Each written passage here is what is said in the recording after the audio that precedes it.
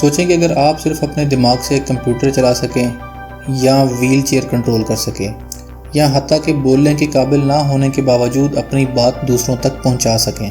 جی ہاں، یہ science fiction نہیں رہا، اب یہ حقیقت بنتا جا رہا ہے، جسے ہم کہتے ہیں BCI یا پھر برین کمپیوٹر انٹرفیس۔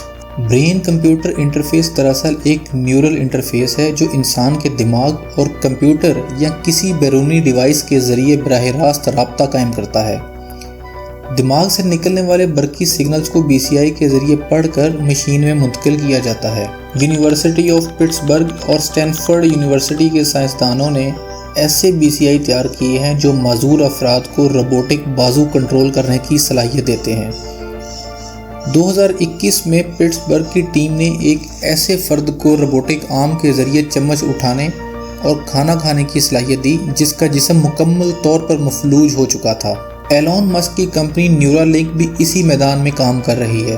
انہوں نے سال 2023 میں اعلان کیا تھا کہ ان کا پہلا انسانی امپلانٹ کامیابی سے کیا گیا ہے، جس کے ذریعے ایک فرد نے صرف سوچ کے ذریعے کرسر موو کیا تھا۔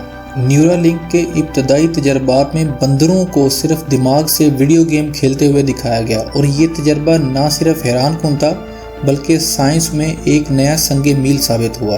یونیورسٹی آف کیلیفورنیا میں ڈاکٹر ایڈورڈ چینگ نے BCI کا استعمال کرتے ہوئے ایک ایسے مریض کے دماغی سگنلز کو ڈیکوڈ کیا ہے جو بول نہیں سکتا تھا اور وہ صرف سوچ کے ذریعے الفاظ لکھنے لگا۔ BCI کی 3 بنیادی اقسام ہوتی ہیں: انویسو، نان انویسو اور پارشلی انویسو۔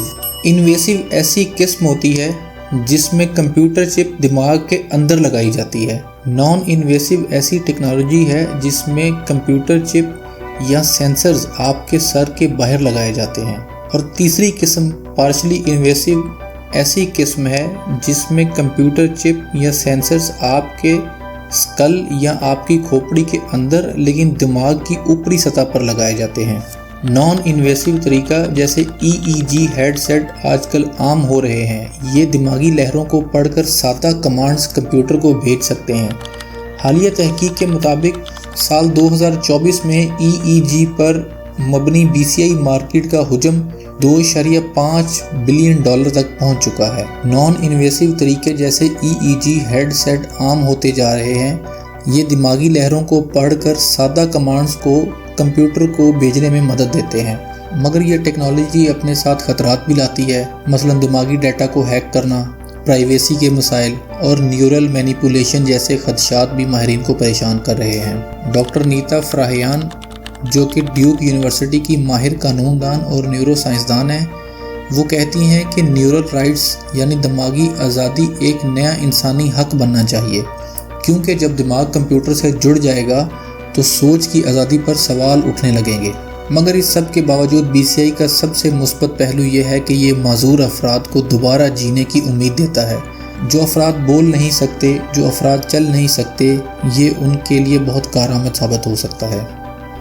مستقبل میں ہو سکتا ہے کہ BCI کی مدد سے ہم گاڑیاں چلا سکیں، یعنی ہم اپنی سوچ کے ذریعے اپنی گاڑیوں کو کنٹرول کر سکیں، ہم روبوٹس کو کنٹرول کر سکیں، یا یہ بھی ہو سکتا ہے کہ ہم BCI کے ذریعے اپنے خیالات کو دوسروں تک بھیج سکیں۔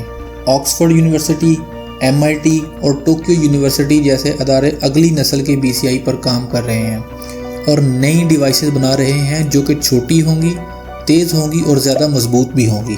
تو کیا انسان اور مشین کے درمیان یہ نیا رابطہ ہمارے لیے فائدہ مند ثابت ہو سکتا ہے یا ہمیں تباہی کی طرف لے کر جا سکتا ہے؟ کمنٹس میں اپنا جواب ضرور بتائیے۔